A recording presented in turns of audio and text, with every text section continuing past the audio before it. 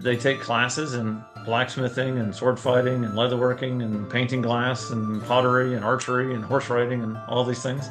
It's just an intensely positive experience. Welcome to Not in a Huff with Jackson Huff, where we interview newsmakers, storytellers, and all-around interesting people. Sit back, relax, unless you're driving, and enjoy the show. Here's Jackson. Hello. I am Jackson Huff. This is Not in a Huff. Thanks so much for joining me. As always, really appreciate it. This week I'm speaking with George Appling. Now, George runs a Renaissance festival. Let me tell you why I decided I needed to speak with George. Two things.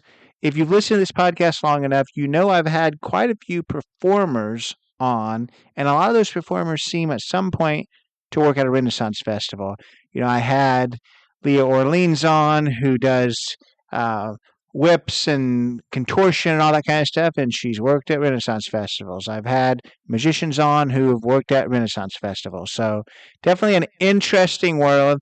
And then, I think it was over the summer, a really interesting documentary called Ren Faire came out on, I believe it was on Max, and it was all about the Texas Renaissance Festival and the gentleman in his late 80s who runs the festival and who, you just have to check it out. It's a very interesting world for sure, but it made me more and more interested in learning about the world of Renaissance festivals, and George Appling actually owns another Renaissance festival, the Sherwood Forest Renaissance Faire, and that is also in Texas. A little bit smaller than the Texas Renaissance Fair. I think the Texas Renaissance Fair is the biggest one in the world.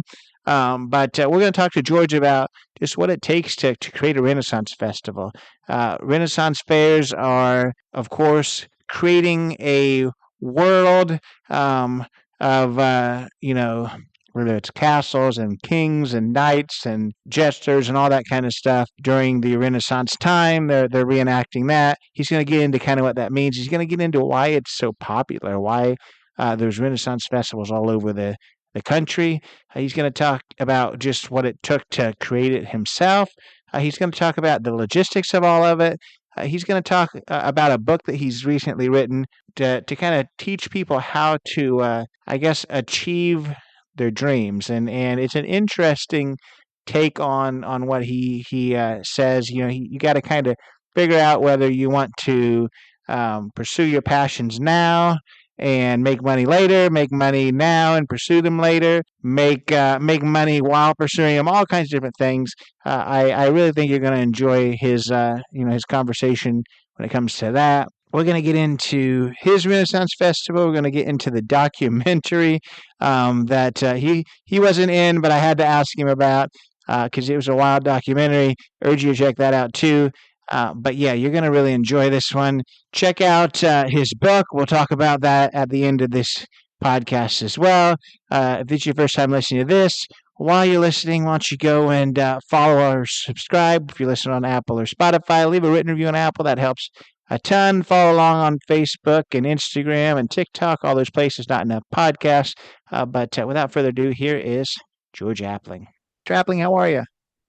I'm doing well, Jackson. How are you? I'm doing well as well. Thanks for joining me. Just, I guess I'm going to let you kind of do the heavy lifting. Just introduce yourself. So my name is George. My career, if that's interesting, has had three phases. Phase one was strategy consulting. I was a partner at McKinsey and Company, and then at Booz and Company. Phase two was cell phone distribution. I was the chief operating officer of a company called Brightstar, which is pretty big, about $5 billion in revenue. And then I was a chairman and CEO of a different cell phone distribution company with about $1 billion in revenue. Sold that. And over the last 15 years, I've been what I call a passionpreneur. So I've got 8 companies that I genuinely love. And so I tell people I work all the time, but I never really work because I love what I'm doing.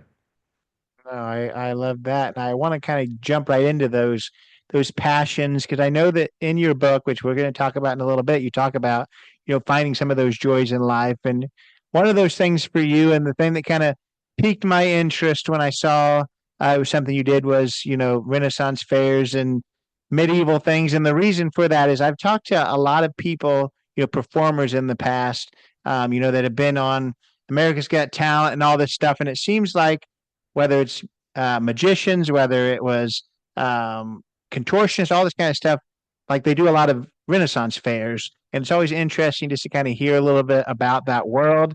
I guess let's start with how did your passion for, I guess, all things, I want to say medieval, but is the Renaissance stuff, is that medieval? Is that, are we in two different time frames? I don't want to upset somebody right off the gate. No, you're exactly right that they're two different time frames. So the Middle Ages is sort of fall of the Roman Empire to the Renaissance. So say 500 to 1400, and the Renaissance is say 1400 to 1600. So in the U.S., pretty much every major city has a Renaissance festival, and they tend to be in the what Queen Elizabeth I or King Henry VIII, which is more 16th century. My show is medieval, so our setting is 12th century. So we run in the 1190s England. King Richard the Lionheart is the king, although he's usually not around. He's on crusade or playing around in France. But it feels pretty darn similar to a Renaissance festival. So yeah, right. Like that's my core business. That's number one. No matter what else I'm doing, Sherwood Forest Fair it comes as number one from a business point of view. But yeah, how did I get into that? So it's a good question. When I was 36 years old, I had already, I had a great career and done well financially and seen the world and learned a lot. And I really liked what I was doing. But I wasn't passionate about it. And so I put a note in my calendar on my BlackBerry. And this is back in the day where people carried a BlackBerry and a holster on their belt. And they thought they were cool because it was like Oh a yeah. gunslinger thing. Yeah. And I put the reminder in my calendar on my 40th birthday, so 4 years hence, that said in all capital letters, stop. And what that meant to me was I want to stop doing what the world expects me to do, and I want to do what I want to do. I want to do something that I love.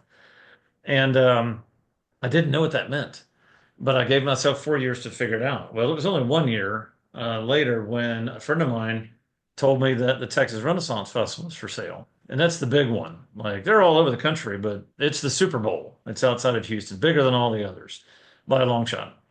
And I had been to that show for like 28 years in a row or something. And in those years, I had lived in Boston 3 years, and Germany 3 years, and England a year, Russia a year, Australia a year. And I'd always fly back to not mess up my streak. And so that's when the clouds parted and the angels sang, and I realized, well, that's it. I want to be a Renaissance Festival owner because that's the only thing I've loved my whole life other than my mother. I went when I was 12 on a junior high field trip, yellow bus, the whole thing. And I completely hook, line, and sinker right off the bat. So then I tried to buy that fair and that didn't work. And then I tried to buy the one in Dallas and that didn't work. And so then I co-founded Sherwood Forest Fair, which is outside of Austin. We opened in 2010. We just had our 15th season in 2024, and we entertained 167,000 patrons in 17 days. So it's like 10,000 people a day. It's we've grown up. We're now a big show. I think that's awesome for sure. And for people who just know nothing about it, like I said, I've had guests on before, so we've touched on it a little bit, but just talk about what a Renaissance fair is exactly. Sure. So, I mean, it is a theme park, and in some parts of the country, especially like California and Florida, we call them soft fairs. They're built up in public parks, and they're like a bunch of tents and stuff. But there's a whole bunch of them all over the country they're permanent facilities. And so mine is one of those. I've got 200 buildings that is, creating this immersive feeling of being with Robin Hood in the woods, and he keeps throwing this big party, and so people are building these little booths to sell things and stages to entertain. And so it's really an immersive physical environment. And then what you see is there's these stage acts where we have full contact jousting, meaning like competitive. They're trying to knock each other off the horse. It's kind of crazy. Falconry, where the falconers flying the birds over the crowd and their feathers might brush the top of your head. And juggling, and we've got like 10 different bands a day playing old music, comedy, lots of stage combat and theater. So that's the entertainment side. And then There's a huge artisanship angle. We have 170 artisans selling things, and almost all of them make their stuff. So there's the boot maker and the glass blower and the hat maker and the wood mug maker and the pewter mug maker and all sorts of jewelers and artists. And so there's a beautiful kind of shopping element to it. And then, people drink mead, which they seem to not want to drink a lot outside of medieval fairs, but they drink a lot of it at medieval fairs. And they're eating turkey legs and just having a good time. And, I like to say I play dress up and swing swords at my friends for a living, so I'm pretty much always doing okay. It's awesome. And I've been to your website, and you have a whole section on mead. So do you brew that outside of the fair too with I guess your brewer, or is that just exclusively a fair thing? It's not exclusive to the fair. We do brew. It's like 7 miles down the road. And I think the brewer is my cousin, Thorin. And I think they're the number one meat company in Texas now. And so he sells at my show, which is in March and April. Then he sells at the big one, Texas Renaissance Festival, which is now. They're October, November. He sells at some smaller Renaissance festivals, and he's in retail. He's in a bunch of supermarkets. The big one around here is called HEB. And then he's in like 300 Specs liquor stores, which is just kind of every neighborhood's corner liquor stores in Texas is Specs, Specs. So yeah, it is a full-time, year-round mead making business. So what's how you talked about how, with this Renaissance Fair, it's not something that's just built up and taken down every year. You've got 200 buildings that are permanent. What do you do with the buildings outside of those 2 months a year?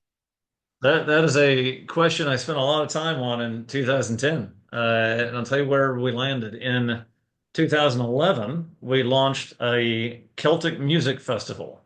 So that is not time period specific, it's geographic specific. So we really focus on music from Ireland and Scotland, but from any time period. And so that show is in December now, and this will be our 14th one. And so, it's just a music festival, and we again have artisans and theater, and we'll have like 25 bands, and it's just one weekend, but it's awesome. And then in 2012, we created Sherwood Forest Summer Camp. And so we've been doing that for 13 years. And this past summer, we have 4 1-week sessions, and we had 542 kids across the 4 weeks. So let's say, think like 130-ish a week. And so it's like a Robin Hood themed summer camp where they live there for a week and they take classes in blacksmithing and sword fighting and leatherworking and painting glass and pottery and archery and horse riding and all these things. And then, there's always a cool show at the end of each day and swimming pool. And, it's just an intensely positive experience for over 500 kids in the summer. And then I also do a site rental that I'm pretty involved in called Hynafall, Hynafol. And it's like this 4 day, fully immersive LARP, live action role play, where we just did, it was like 2 weeks ago. They had over 400 people that were there the whole time, and they're in character and they're in garb and they're sleeping in tents and there's a story and it's like the Empire versus the rebels kind of thing. And there's all these factions and there's alliances and betrayals and they actually beat the crap out of each other with these sort of foam weapons that they don't hurt, right? So it's very safe. Yeah, and they just have all these intrigues and arts and crafts and battles and it's a heck of a good time. Yeah, that sounds cool. And I want to get to, because you've already mentioned kind of the big dog on campus. I want to get to that in a second. But my question to you is, what makes, I guess, Sherwood Forest, what makes it unique? Because obviously you're dealing with a really, really large Renaissance fair. I think one of the biggest ones in the world, if not the biggest. So what makes Sherwood Forest unique? Is it something like, hey, go to this one as well, or are you actually competing with, I guess, to get attendees? Yeah, I don't view us as competitors, and most of the fair owners don't. We cooperate more than we compete because, the Texas Renaissance is really more for Houston, and they're in the fall, and we're more for Austin, and we're in the spring. So yeah, I think we get along a lot more than we compete. I'd say if you're not a Renaissance Festival connoisseur, it's going to feel pretty familiar to the one that you've already been to, if you've already been to one. If you are a Renaissance Festival connoisseur, then you'll start to see some differences. For example, Sherwood has overnight camping for patrons, and very few fairs have that. And so on a Saturday night, we'll have 3,000 people that are staying there, and they're basically creating their own fair out there because we're closed, right? The show is closed, but they're still going all night. I'd say our full contact jousting is differentiated from theatrical jousting. And I think the theatrical jousters do a great job, but I really like the competitive jousting. It's kind of like NASCAR. You're just kind of waiting for the smash, and it happens, and it's quite a sight to see. I think our theater is differentiated. We've got more actors with a weapon certificate from the Society of American Fight Directors than any other fair. It's actually not even close. We're like double second place.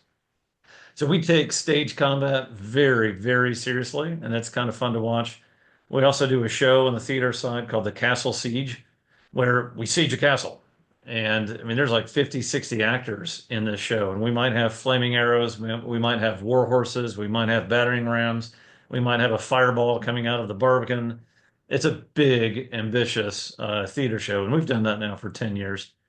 The other thing I'd say that makes us different than other fairs is we don't run the food ourselves. We have like a dozen independent companies that run the food. And it's kind of this letting 1,000 flowers bloom, but it's letting 12 flowers bloom. And they're really innovative. And so the food at Sherwood Forest Fair is really extraordinary. Now, Yeah. I just told you what I thought was great. I'm going to piss off all the people who I didn't just say what they're doing, but okay. No, and it sounds like it's and you don't have to say it or agree, but to me, from the outside, it sounds like you're talking about how you've got all these people that are have the certifications with weaponry. You do the actual jousting. You do these flaming arrows and the sieges. Maybe people who are very big in the historical aspect and not just the entertainment aspect that want things like exactly historically accurate. It sounds like they have a good place at your fair. I think that's right. So one of our core values as a company is authenticity. And so we do take our time period more seriously than most fairs. That being said, we've got flushing toilets, and the Bud Light comes in 16-ounce plastic cups because it kind of has to happen. But we do take our history very, very seriously, or relatively seriously. For example, the setting of the show uh, moves year by year from 1189 to 1199, year by year, and then it resets. And those are the years of King Richard the Lionheart being the King of England. So we're now in 1192 the second time. And then this coming season, 2025, it'll be 1193 the second time. And the theater story that we tell over the course of the day, we'll have like six 15-minute skits, and each skit is a story in and of itself that you can enjoy. But you can also watch all six of them, and it tells one big overarching story that ends with the siege.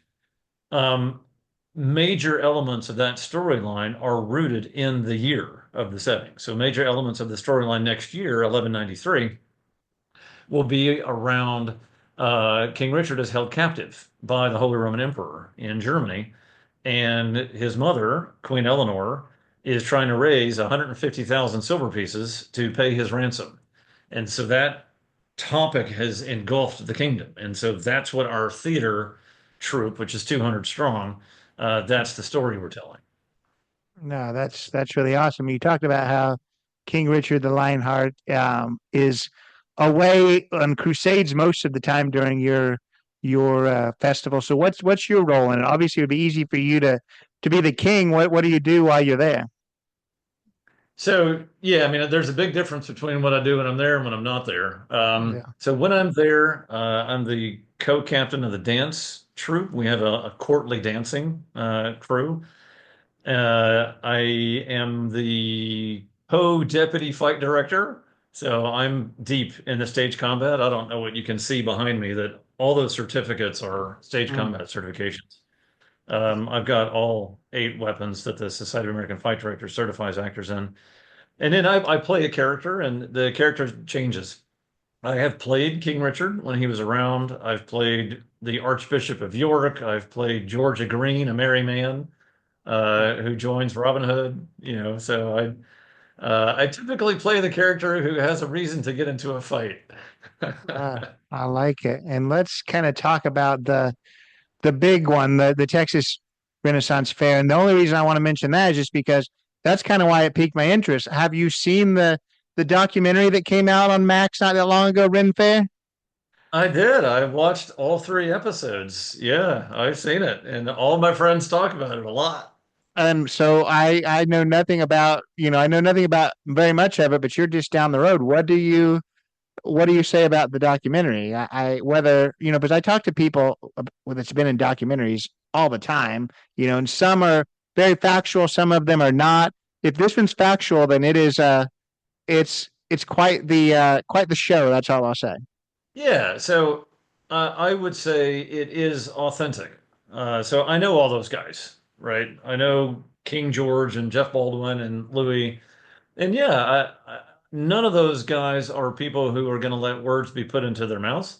And yeah, I think they said what they said, and they are who they are. And I think it was true to life.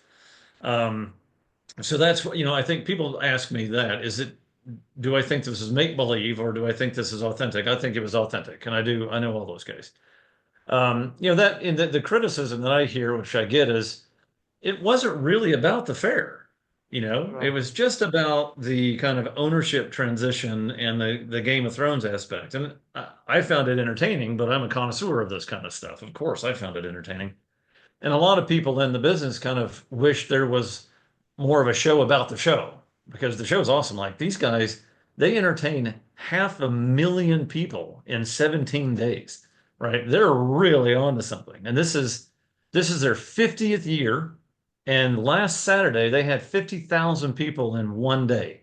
Like that's worth talking about. Yeah, and I agree. That's what the it made it hard for me to understand. I guess given how crazy everything was in the show and just kind of the Game of Thrones aspect, it made me think I'm surprised all these people are able to put on this show, but obviously they do a really really good job. So that was I don't know whether it's kind of just a lot of really hard workers that just kind of patch over some of the craziness at the top or what, but it was hard for me to really grasp how they put on a good show. Well, when you're entertaining, 20 to 50,000 people in a day, and I mean that's where they are now. They've been doing this for 50 years. It's a well-oiled machine, right? There can be drama about who's going to own the place next, but these guys know what they're doing. Like they really know what they're doing. And I mean, the whole thing at the end of this show, I guess, it's the last question I'll have about it is obviously the whole thing is King George is going to be selling this thing every year. And I think he's been wanting to sell it for like 10 years and then he decides not to. Do you think he's ever actually going to sell it? Or do you think it's going to be once he passes on the show or the show gets passed on? Yeah, you got to add some years. I talked to him about buying that show and before I co-founded mine. So I talked to Yeah, I him in remember. like 2007, 2008, right? So it's been like 16, 17 years. And I think he had, yeah, so it's been a long time that he's been, saying he would sell it. I'll answer that question and I'll tie in the last question on authenticity. If anything was staged, in my opinion, and I have not talked to them about anything being staged, so this is just my opinion. If anything was staged, it was the opening line of "A king without a kingdom is free," and the closing line was "A king without a kingdom is nothing." Like, there's no way he came to that realization 15 years later. You know, I think I think he has felt on the, and I'm making this up, but I think he's felt on the inside that a king without a kingdom is nothing. He's felt that way for many years, which is why he's never actually sold the business. So, no, I find it hard to believe that he will hand over the keys. I also think, he could put it into a trust that has a board of trustees and, a remit to keep it alive and to kick in when he dies. That wouldn't surprise me at all if he does something like that. That's kind of what I'm going to do. Yeah. So I guess in getting back to your own show, do you feel like, because it did create some interest in Renaissance fairs. I listened to other podcasts that people talking about, just love documentaries that never even really heard of Renaissance fairs, never been to one, but they were enthralled by this documentary. So, I talk to a lot of people when it comes to, true crime shows and ghost shows, and we always talk about whether the media attention, do you think it has helped or hurt, I guess, the Renaissance fair world as a whole? Do you think it's helping bring more eyes to it or making it less, I guess, less believable or more seem like more of like I guess, a shit show from better. No, Yeah, no, I can't think of think anything better. I think that question would have been hard to answer 4 months ago. I think it's easy to answer now. It helped, right? Texas Renaissance Festival is having record numbers every week. The attendance goes out on social media and they compare it to last year and they're up, right? So bottom line, their attendance is up.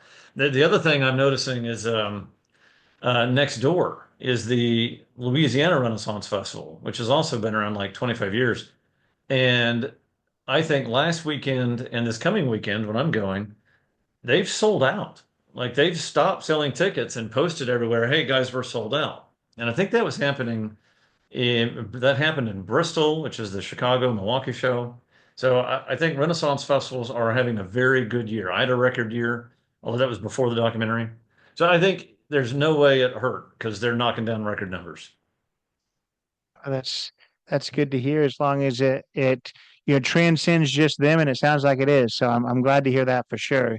Let's kind of wrap up the world of Renaissance fairs by talking about, I guess, money, because that's kind of what we're going to talk about when it comes to your book, just being successful. And it does take a lot of money, obviously, to run a Renaissance fair, but it takes a lot of money to be involved too. That's something that when I've got into these niche things, when I've talked to people, whether they're cosplayers or really big into, a lot of different things. Cosplay is a huge thing. And I think Renaissance obviously is part of that, but it's expensive. These buying the costumes, buying the swords, getting probably all those certificates.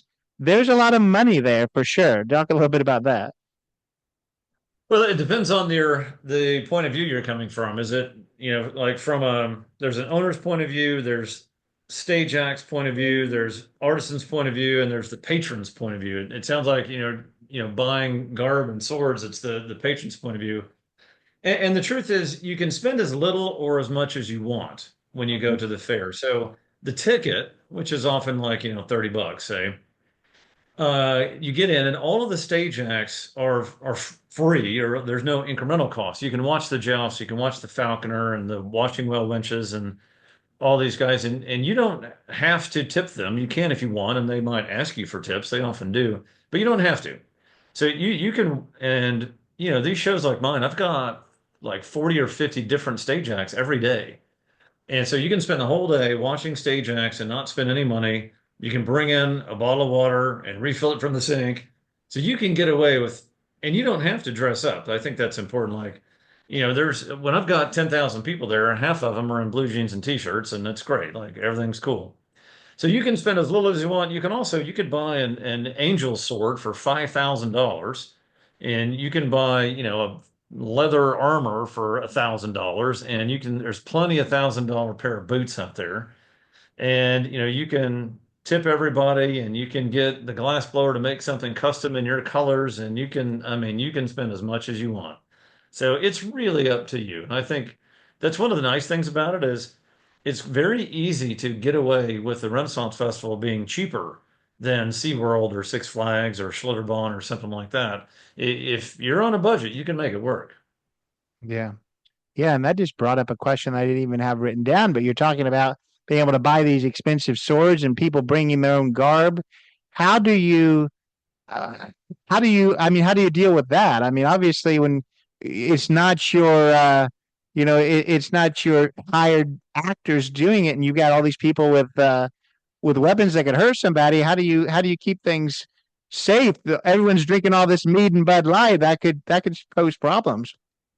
Yeah, absolutely. So what happens is when people walk in the gate, our ticket takers and our staff are making sure that the weapons are piece tied, which means there's something tying the weapon to the scabbard or to the belt. And if they don't have a piece tie, we've got a person standing there with either, zip ties or ribbons or leather straps or whatever we've got that day, and we'll do it for you. And so the weapons are tied off in there. And what's really interesting about that, and this is kind of inside poop because most people don't get this, it's not really about the person carrying the sword, pulling the sword out and stabbing somebody. It's about the drunk rando pulling out the sword that someone else is carrying and Yeah. swinging around, right? The people carrying swords tend to be responsible about it, but it's the guys without the swords who might try to pull out someone else's sword. So that's why you tie it down. And then, if people buy a sword in the show, the sword seller will either give it to them in a cardboard box, or if they're going to wear it, they'll piece tie it for them. So we're pretty good about keeping the weapons tied to the scabbards. That makes sense. That makes sense. Let's Also throw in go. there just on that thing, if someone does pull out steel, and they're not an actor doing a skit, I've got 2,000 people working there. And I think almost all of them would, if they're standing next to that person, would say, "Whoa, you can't do that." Hmm. Yeah. How close are you? I mean, are you actively involved in the day to day with these things? Or are you kind of a ruler from afar? It sounds like you're in Texas, so I assume you're close to this compound, so to speak, right? Yeah, yeah. So I'm very involved. My leadership team is amazing, and they know what to do. And if I got hit by a bus, the show would not miss a beat. But I'm still quite involved. So I live about an hour away from the theme park, and I'm probably there 35 of the year's 52 weekends. I And got you. there are a handful of leaders at my business that I talk to every week, and yeah, I'm very involved, but I don't have to be. It's more like I want to be, and I enjoy it, and hopefully I'm helpful. So I had a couple of my one-to-ones today, and my third question is always, how can I help you? So I'm just trying to be helpful to my team, and they know what they're doing, so I don't get to help so much.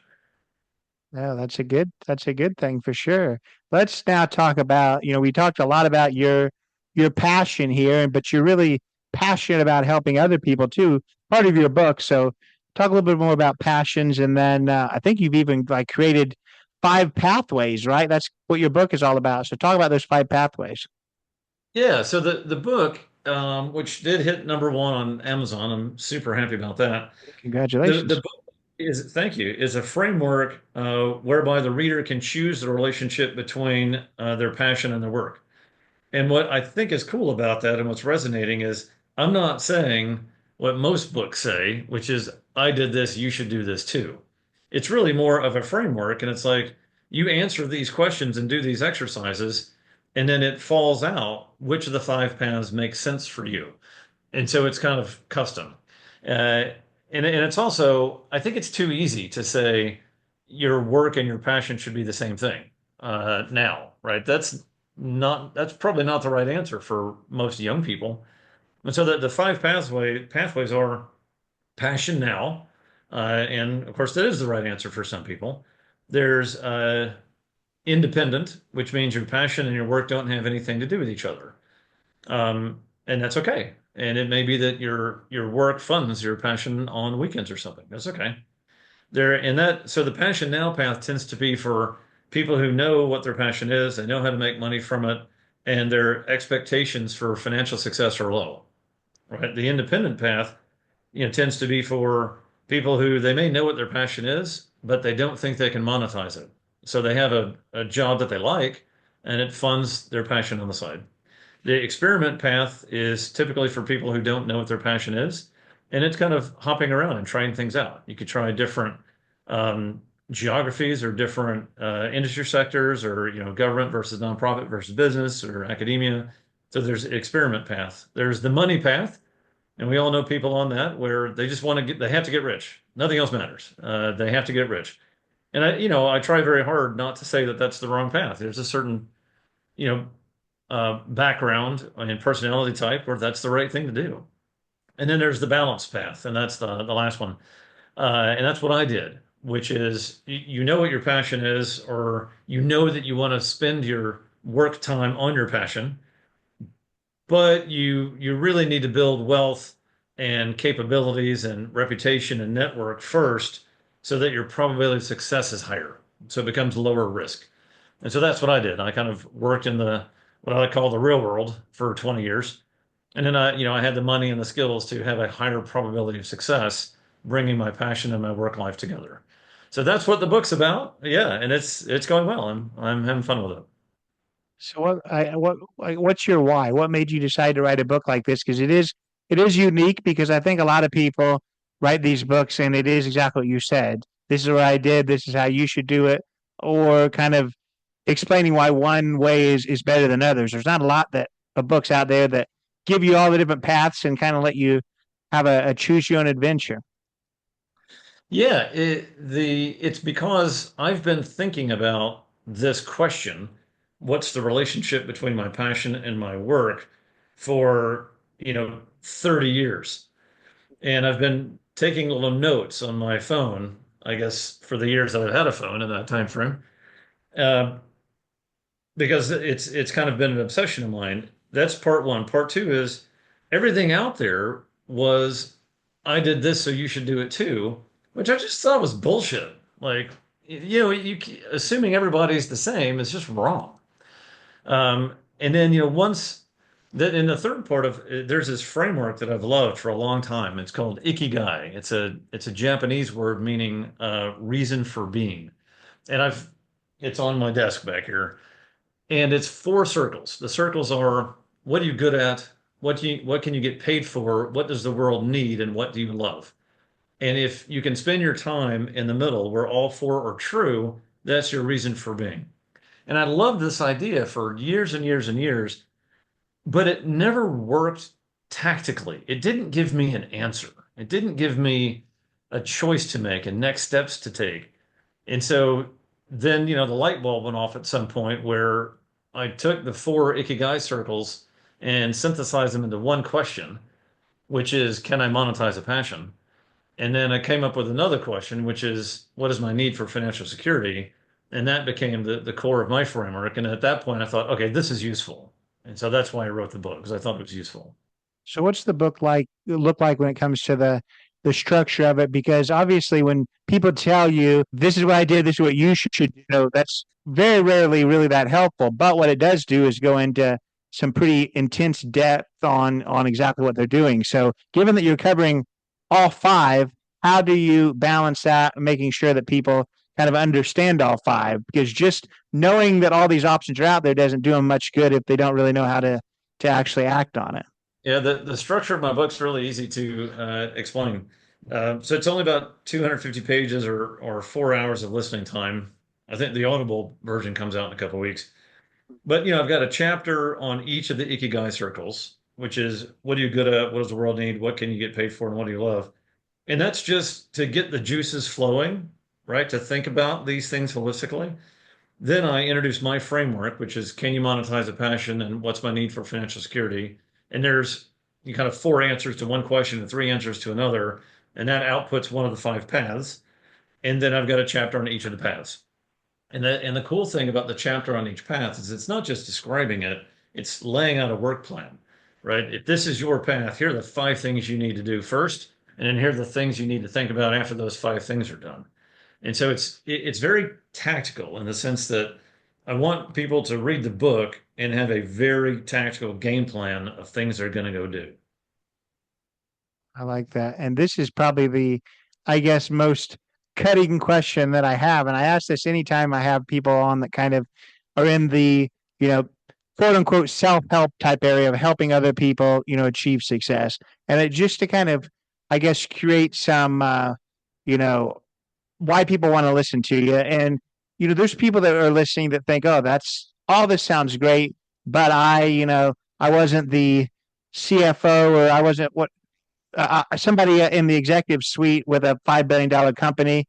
I'm not starting at the same level that I feel like George is. So, talk a little bit about, I guess, why people should believe you. Why people should care what you have to say, because you, at least at some point, and you may have, and I don't know your whole story, you may have built up from a very lower level to get to where you were.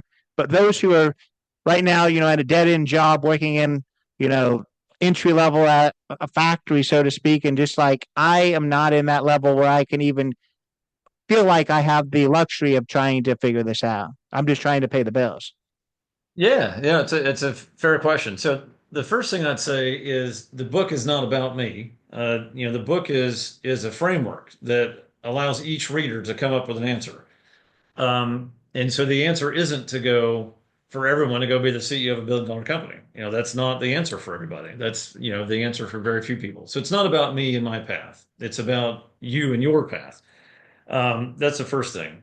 And so, yeah, I think that's the most important part of like why listen to me, because it's not about me. It's a framework, and the framework is useful. For example, on the Passion Now path, when I give this talk at universities, which I'm doing again tomorrow, um, I have an exemplar for each of the 5 paths, and the exemplar for my Passion Now path is a friend of mine named Roxanne, and she is a musician, and she's been a musician in a band called, it's her band called Wine and Alchemy. She's been doing it for 17 years, and that the Passion Now path was the right path for her as a young person, because she knew that she was never going to love anything more than music. Maybe her husband and their kid, but music was her love, like from the beginning. And she knew that she had the frugality to not starve, even though she probably wasn't going to become Beyonce playing, Renaissance music. And so the Passion Now path was right for her. And so she's not going to be rich, but she's got the mindset of I don't have to be, right? If I'm making a living playing music, I don't have to be rich. And what she'll do, man, she'll go to Spain for a month, put a hat on the ground, play music for a day, make 200 euro, spend the next day traveling around. Day 3, puts the hat down, plays music, it's 200 euro. Day 4, travels around. And so, the Passion Now path was right for her. She's been doing that for 17 years. So yeah, you shouldn't listen to me. You should read the book because it's not about me. There you go. And it's pretty easy. We've already kind of been talking about it, but again, a question I always like to ask authors is, once people have picked it up, they've gotten to that last page, they've closed it. What do you hope people walk away with? I hope they walk away with a game plan.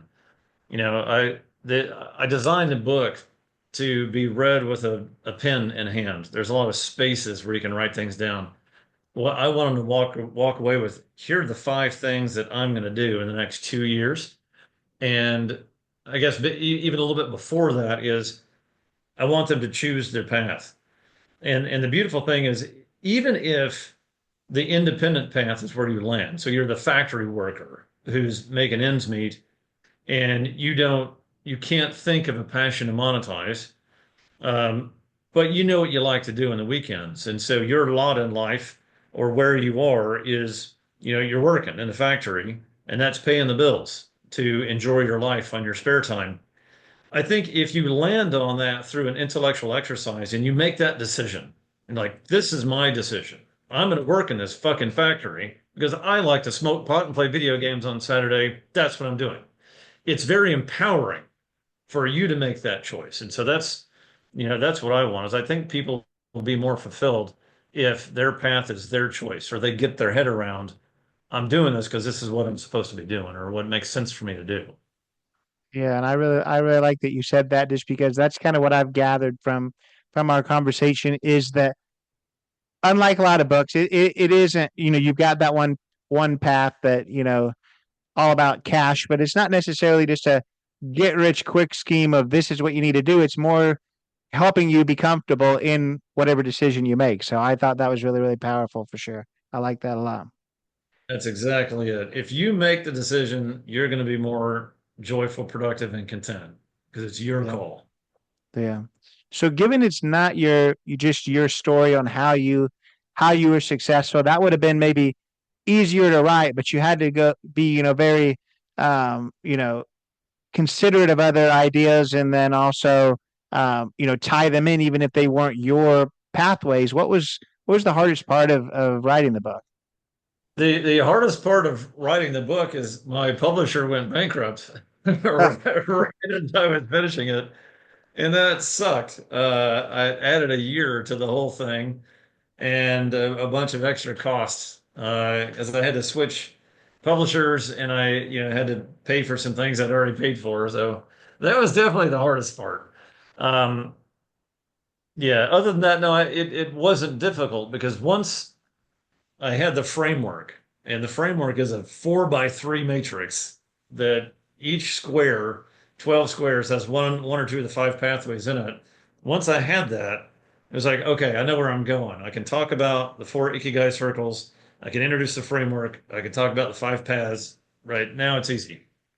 I mean, I work in higher education, so you're talking about having your one-on-ones with some of your employees. A lot of our one-on-ones is all about what are you passionate about. Make sure that your job is aligning to that, and if it's not, then they're okay with, hey, this isn't necessarily what you dreamt of. So it's big on passions as well. So my question to you is, have you incorporated this into your own business and trying to make sure that those that you employ are also finding their passions and happy where they're at? Yeah, absolutely. So my core management team, most of them have been with me all 15 years. And you fall into a management position at a Renaissance festival because you love it and because it's kind of a world that you've gotten exposed to and you want to stay in it. So yeah, I think my team is passionate about what they do.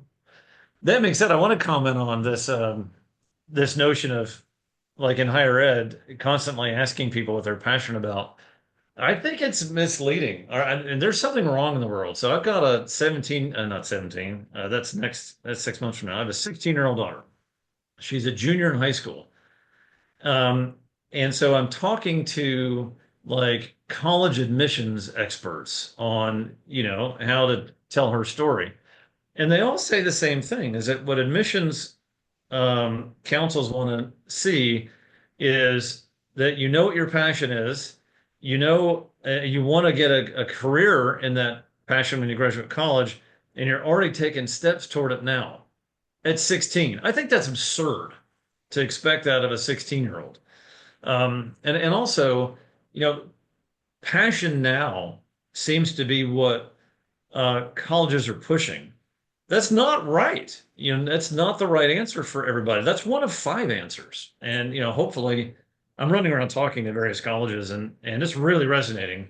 And hopefully I'm going to kind of influence some people that, passion now is one of 5 pathways.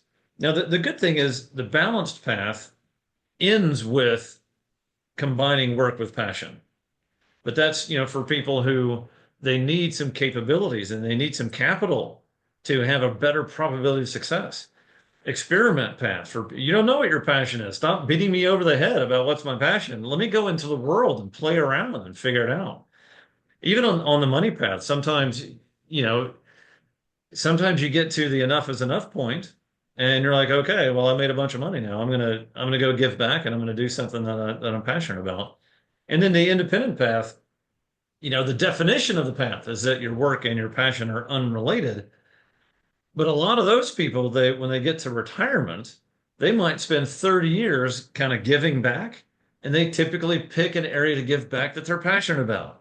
So you can end with spending your time on something you're passionate about. But I think it's wrong to kind of pound on all the 20-year-olds that you have to do that right now. I think that's a big mistake. Yeah. Well, you're talking to somebody who is in the administrative side of admissions at a college. So I guess I'm going to challenge you a little bit with that. The question, I guess what I would ask you is, because I agree with you to an extent, and that is, I always ask, a question I like to ask is, what's something that you can do that's going to make you money that it's not going to want you to hit snooze 30 times every morning. You want to do something that's going to make you want to get out of bed. At the same time, you got to make money. That's a big thing. So, when I have somebody in my office in Indianapolis, Indiana, that wants to be, you know, a cartoon animator, but they know they never want to leave Indiana, then that's probably not the pathway we should go, because that's not a place that you're going to make money at. So, with those caveats of, hey, we've got to make sure that it fits. If you want to be a culinary chef, you probably are going to have to move somewhere, because the heartland isn't where you're going to probably find a ton of jobs. Not that it's not there, but you're not going to find a ton. But you still don't want to set somebody up, because you do have some people that come in and just says, I just need to make money. That's all I care about. So do we want to set them up to go get a degree for 4 years that they hate, and then 30 years of doing a job that they hate? I feel like passion may be the wrong word, but we've got to make sure that they're doing something that they can at least enjoy. Yeah, I would agree with that. So, I very much enjoyed my career. I've sometimes said I loved my career, but I wasn't passionate about it, right? So passion is just a higher standard than enjoyed or even loved or will get you out of bed. It's a much higher standard. But I find the universities are using that word. They're using that high standard. But to put a finer point on answering your question, let's say you want to be a graphic illustrator and you're in Indiana and you're saying, well, you might not find work here because there's not a lot of that going on here. You might have to move. Well, that's where the x-axis of my framework comes in. Is your need for financial security high, medium, or low? If your need for financial security is low, you might be able to be a graphic illustrator in Indiana. If your need for financial security is high, you probably shouldn't be a graphic illustrator for the first 10, 15, 20 years. You should probably go do something to make a bunch of money and then be a graphic illustrator later, right? So, that's why I think my framework is helpful. Well, I guess the question I have there is, how does, because I agree that it's a lot to put on an 18-year-old of truly knowing what their passion is going to be in life. That's almost impossible. But at the same time, because I can see your book helping somebody in the middle stages of their career, but do you think that an 18-year-old would be able to know how important it is to them to make money? Right now, they're still living with their parents. They have no concept of exactly what they're going to need. Yeah, some do, some don't. Most don't. There's a great segmentation by a psychologist at Stanford named Bill Damon, and he's like the leading psychologist of adolescence. Been studying the topic for like 50 years, and he categorizes young people in these four categories, and one of them is purposeful, and he puts about 20% of young people in the purposeful category. And so I think if I can take that to 21, I'll have done some good for the world. Um, I also think that my framework answers, if you don't know what your passion is, there's a path for you. So like on my y-axis, can you monetize a passion? The answers are yes now, yes later, I don't know, and no. So everyone's going to be in one of those, right? And so if you're 18 and you don't know what your passion is, I've got a whole chapter on how to figure it out. And if you don't, there's the experiment path. And I've got some guidelines and some next steps on the experiment path. So you're kind of maximizing the probability that you will figure it out. Yeah. Yeah. The last thing I'll say when it comes to higher education is, the good thing about the world of higher education at the moment is it's a really big thing to make sure that things are transferable within degrees, because the average person, they switch degrees 5 times while they're in school. And even once you get a degree, a lot of times now what matters is that you have that degree. That's what they're looking for. It's not in a specific area. So people aren't setting themselves up for failure because they got an English degree. In our admissions office, I have an HR degree. We've got somebody with a history degree. Doesn't necessarily. It's not like anyone's having to pick what they're doing. I feel like no matter what, once they go off, they still can pursue those passions, and they're not, starting with their hands tied behind their back, so to speak. Yeah, I think that's fair. And I think that's particularly fair in the humanities. I think if you want a career in accounting or engineering or chemistry, you kind of need to study accounting or engineering or chemistry. Right. But yeah, and there's, it's probably more common than not that your degree and your work are not related, right? And that's okay. Yeah. So what are Hopefully, the university's teaching you how to think, not what to think. Nah, yeah, I hear you. So you're on the speaking tour, and it sounds like you're going to universities. So what is your message to, I guess, all of your audiences, not just necessarily in universities, but what's the message that you're giving? Hopefully, you're not going into university and saying everything they've told you so far is wrong, because you're gonna make people leave and think, oh no, what have I got myself No, into? I'm actually not saying that at all. I'm only saying that to you. I think you're the first person that said that too. But I have an outline of an article that I want to write that's on that topic because I've got a 16-year-old, and I'm like, why are you telling her she has to know what her career is? That's terrible. When I do my talks, I do like a 35-minute summary of the book. And then what's really kind of fun is all the students pull out their phone and they zap a QR code and they take a little 5-minute pick your path tool and they all pick a path. And then we talk about that. We do Q&A. It's really high impact. I mean, the people are loving it. But then I want to leave them with is uh, you get to choose. And if you make the choice, you're going to be happier with what you're doing. I love that. And let's talk about how you're going to leave the listeners here. How are people going to pick up your book? How are people going to connect with you as a whole? You've got all these different businesses. Shout out anything you like at the moment. Yeah, I mean, my book is on Amazon.com, BarnesandNoble.com, Target.com. It's in some airports and some bookstores, but it's around. I think it seems that most of the books in the country are sold at Amazon. You probably get it delivered tomorrow if you're on Prime. It's called Don't Settle, a Pick Your Path Guide to Intentional Work by George Appling. And yeah, I've got a website, georgeappling.com, where people can learn more about me and get in touch. And you can follow me on social media and LinkedIn and all that good stuff. Yeah. Well, I really, really appreciate your time. Thanks so much, George. All right. Thank you, Jackson. So that was George Appling. Really appreciate his time. I learned so much about the world of the Renaissance and Renaissance fairs.